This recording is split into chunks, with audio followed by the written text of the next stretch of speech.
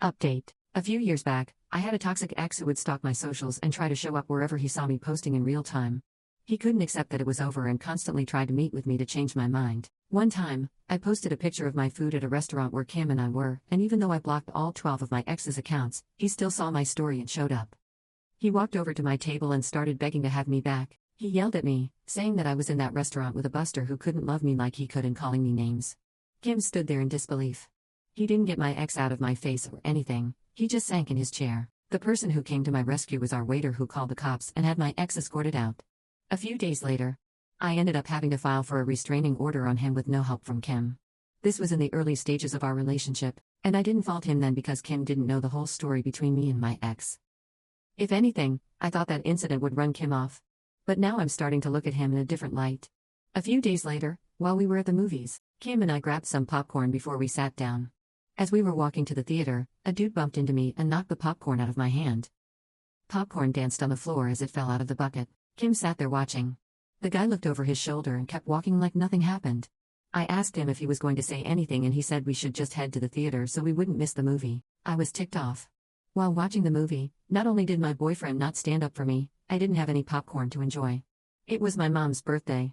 Everyone joined us at our parents' house to celebrate, even my sister Annie. Me and Annie were bound at the hip since we were kids until she moved a couple of states away.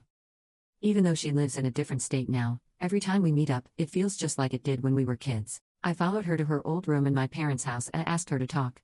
I told her about how I was feeling with Kim. I told her about the break-in and the movie incident. She looked shocked after I told her everything I had been through with Kim. "Girl, your life is a movie," she said, "but not like the damsel in distress. It's more like a series of unfortunate events." I laughed and asked her what I should do. She said that even though Kim's lack of protection was concerning, I should stay with him. She said that he was probably right about acting out of fear and there wasn't any malice behind it. While I enjoyed talking to my sister and tried to see her point of view, the conversation didn't provide me much comfort. It made me doubt my security in my relationship even more. I didn't want to go to dinner dates as much with Kim anymore because I felt that if someone tried to rob us again, run to the hills. I also just didn't feel comfortable in his presence as much as I did before. After we left my parents' house, I went home and texted my best friend to meet for brunch. The next day I saw her. She was super happy to hang out. Our schedules had not aligned for weeks and it was great seeing each other again. She asked me how life was and how I and Kim were doing. I told her everything. I told my sister about the robbery, the movies, and, something else. She was just as concerned as my sister was when she heard this. She would often call us Barbie and Kim because of how perfect our relationship was on the outside looking in. So this news came out of left field for her. She said she was sorry to hear that. I asked her if she ever experienced that with her boyfriend Adam. She said no and talked about how earlier in their relationship, Adam saved her life. They were on a date in New York celebrating their anniversary and she was looking down at her phone. She started crossing the street without looking and just as she was halfway across the street, a bus was driving up.